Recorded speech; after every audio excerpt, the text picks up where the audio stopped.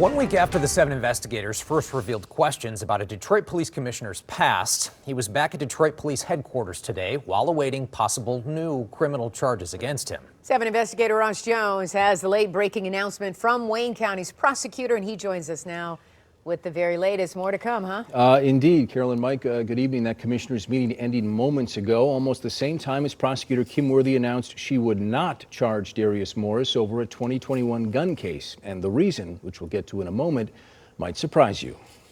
The vice chair of the Detroit Board of Police Commissioners today asked the community for its support. This is not a time for us to turn on each other. It's a time for us to turn to each other so that we can better serve the citizens of the city of Detroit. His comments come 1 week after we revealed the criminal history and recent conduct of newly elected Police Commissioner Darius Morris, who was present at today's meeting. Instead of doing their jobs, now they're dealing with a sideshow.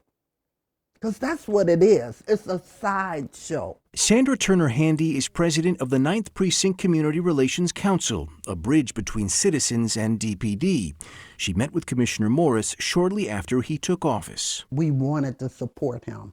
And we felt that with the right guidance and training, that he could be an effective police commissioner. And that was not to be.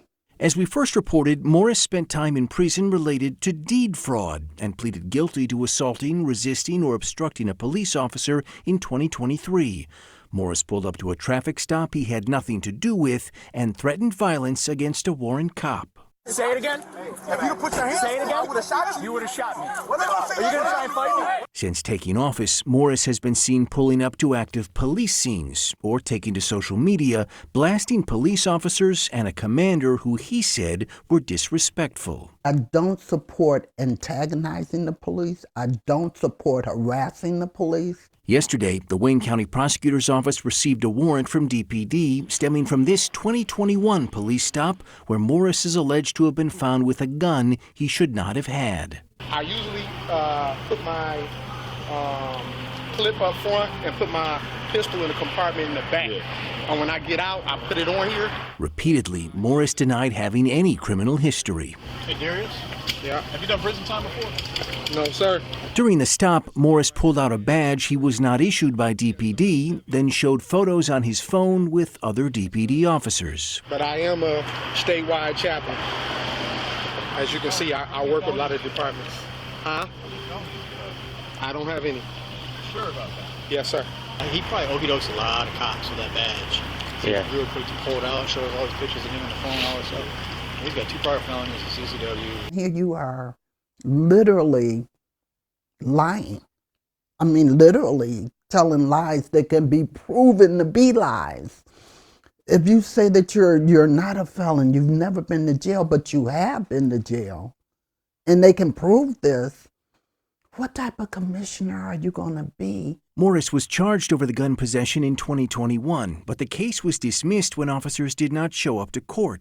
And minutes ago, Prosecutor Kym Worthy's office said they will not charge Morris because the gun in question was destroyed by DPD in 2024.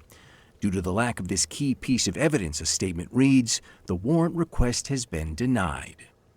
So why was that gun destroyed? Well, Morris had been originally charged in 2021, but as we said, the case was dismissed when the arresting officers did not show up to court. Now, DPD normally sends weapons without any evidentiary value to Michigan State Police to be destroyed, and in 2024, this gun was shipped off by DPD. By the time Worthy's office took a second look at the case just last week, the gun had already been destroyed.